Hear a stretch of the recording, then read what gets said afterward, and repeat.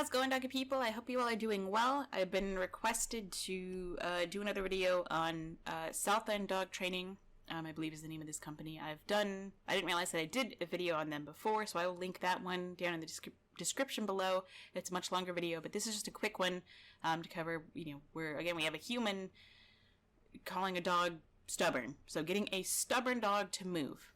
So we're just going to look through the video real quick, and then I'll give you my point of view.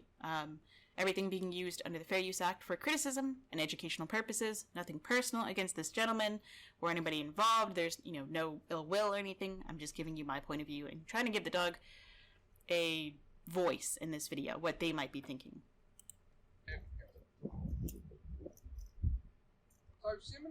So we have on a easy walk or a front clip harness, which is great. I mean, I prefer everything. I prefer not to use these types even for dogs that pull, because as you can see, it limits the shoulder goes all the way up here, and it really limits the dog's forward movement and can affect their gait over time.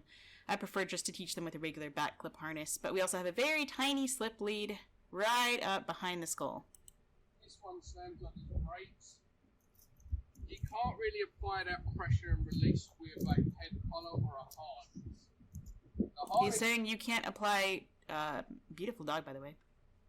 You can't apply pressure and release, which I hate how all these people here are trying to act like they know pressure and release. It's like, no, dude, you don't. Like, okay, whatever.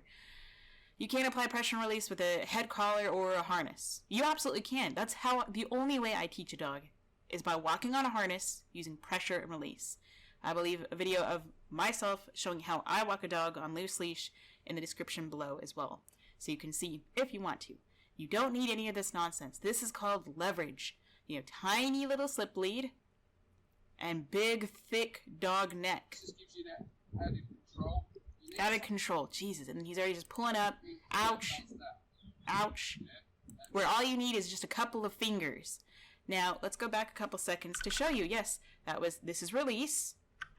So he is correct in his whole pressure and release, but it's easy for humans to give a lot of pressure, but not enough release. Animals learn on the release of pressure. So this is pressure, getting him to take a step back. The dog takes a step back and loosen. That's pressure and release, and then you leave it there. And if the dog moves forward again, but no, he's pop, pop. He just gave the dog more. I mean, God, this thing is tight. It doesn't even loosen. He has it locked in this position. This poor dog is so tight. This tension around his neck is also pressure. So there's really no release of pressure here. It's just pressure, and then it's extra pressure, and then a little bit less pressure.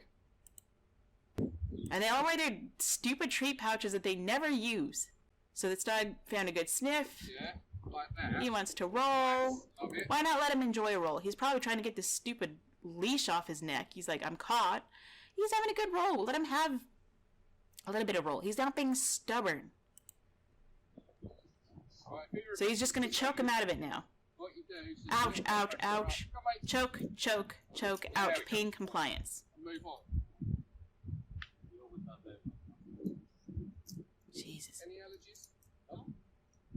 Oh, now we give him a treat. How about, why didn't you use the treat to begin with? When he was rolling, you didn't need this at all. This is entirely unnecessary.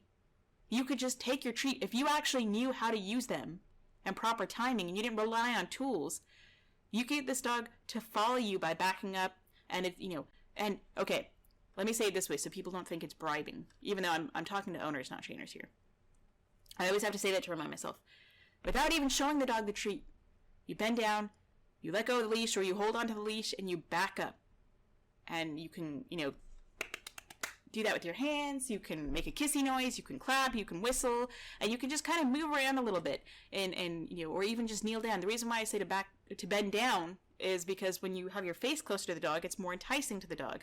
You're getting down on their level, you're getting more interesting, and by backing away, you're creating a draw. The dog follows you, then you reward.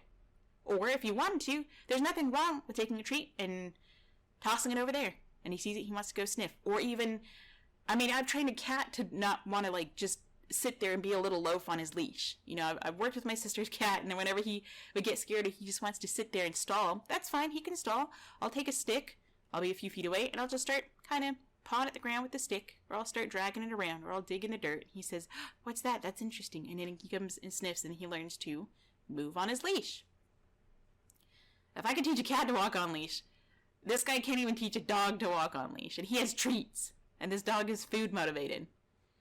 Nonsense. A little bit of pressure up. Come on. That's not a little bit of pressure. This is leverage on a tiny slip lead that's already tight and locked there, and this poor dog can't even just have a scratch, and then after the fact he asks, "Oh, any allergies?" No, the dog is probably trying to get this stupid thing off his neck because he thinks he's caught on something. Yeah, choke, choke, choke.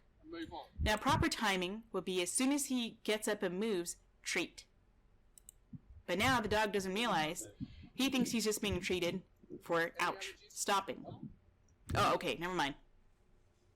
He didn't ask for the allergies for the rubbing, for the scratching. I correct myself there, okay?